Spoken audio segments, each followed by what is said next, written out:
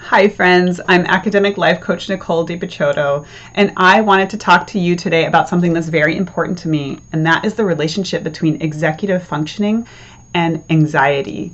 So, if you don't already know, executive functioning is a set of skills that we use our frontal brain for. And the frontal part of our brain, our prefrontal cortex, is the latest part of our brain to develop as a human species, and also the last part of our brain to develop as we're getting toward adulthood. And so it's complex. It's difficult to do some of these skills and to grow them, like working memory and goal-directed persistence, which just means the ability to plan and reach a goal, dealing with procrastination and being able to initiate tasks. There's a whole set of these skills that are all about managing our internal and our external lives and being able to solve kind of large problems. So as you can imagine, working on these skills, developing them and practicing them is so much easier when our lives feel calm and stable, when we feel emotionally regulated, and when we've been well resourced with good sleep and food and emotional stability, all those kinds of things.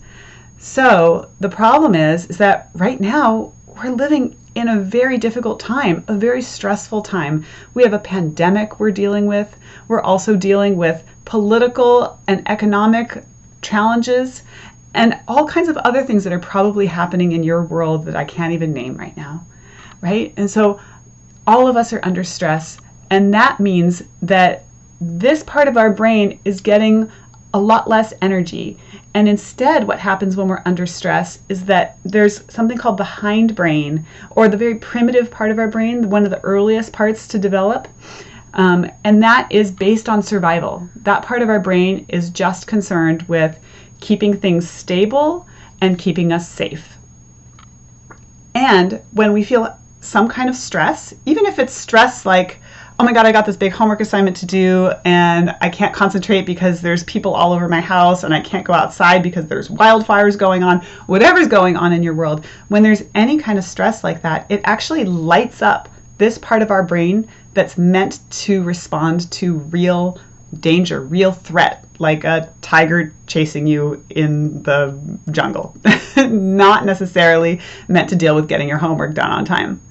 Nevertheless, that's the part of the brain that shows up, and the blood gets shunted to this part of the brain and away from the part of our brain that knows how to manage big problems or more complex problems rather than just energizing your legs so you can run away from a threat, right? And so when this part takes over and you have less ability to manage yourself, how do you think you're going to respond? How are you going to be able to access your executive functioning? You're going to be a lot more inclined to rush through things, to make quick decisions that might not always be the best. You're going to be more flustered, more likely to get overwhelmed, more inclined to have outbursts when you don't want to, or your behavior might feel less in control. All of that is perfectly normal, and that's what I want you to know, that it's so challenging to access and work on these executive functioning skills when this part of your brain is engaged, and you don't have a lot of control over when that part of your brain gets fired up. When it senses threat, that's just what happens. And so what I first want you to know is that, or what I first hope for you is that you will have compassion for yourself when that happens. It's perfectly normal, perfectly understandable, and it helps to just know that that happens. So what can we do about it if we're not really in control about when this part of the brain takes over? Well, along with having compassion and just talking to yourself with understanding, like, of course I feel this way. I am under so much stress. It is natural that I would have some unhealthy reactions to what's going on right now, right? And also, along with that, when you're not feeling overwhelmed, there are some things to do to go from this part of your brain being fired up to coming back and being able to use your executive functioning and your prefrontal cortex to be able to handle these problems more effectively, more healthfully. And here are a list of some ideas that I have for you. One is to make a self-regulation plan. So self-regulation meaning like a plan for bringing yourself back into balance. And that plan should be based on what's already working for you. Of course, you can work with a coach or a therapist or somebody to identify even more ways to bring yourself back. Maybe it's taking a walk. Maybe it's petting your cat. Maybe it is taking a nap. Maybe you just need some food, something comforting, nourishing, relieving, so that you can calm yourself down and come back. Then what I'd like you to do is post this list that you're coming up with somewhere where you can see it. Because when we lose access to this part of our brain, we actually don't have the ability to think clearly about what might actually help. So come up with this list when you're feeling pretty good and post it somewhere where you'll see it when you might not be feeling very good. Next, pay attention to the signs. Can you tell when you start to feel like something's not going well? Do you get a knot in your stomach? Do you start feeling flustered? Do you get a headache? What are some of the earliest signs you can notice that your brain is going from this mode to this mode? Then practice.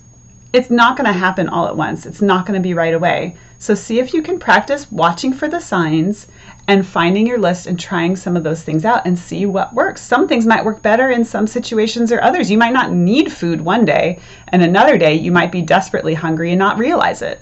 So practice making those connections between triggers and possible solutions, and see if you can start to build up your own sense of awareness about this whole process and your confidence about how to remedy these situations when they come up. And the last thing that I want you to know is that when you're feeling charged, activated, overwhelmed, triggered, anxious, all those things, attend to self-regulation first before trying to employ your executive functioning skills. Okay, this is so important. Take a break. It doesn't have to be all day, but take a small break and see what you can do to bring yourself back into balance so that your executive functioning will naturally come online, and then you can tackle the problems that you need to tackle with a lot more efficiency, a lot more clarity, and a lot more success. Okay, I hope this is helpful. I know it's a lot to think on, but if you have any questions for me or want to talk more about executive functioning, self-regulation, or academic coaching, you can find me at NicoleDCoaching.com, and I look forward to hearing from you. Thanks.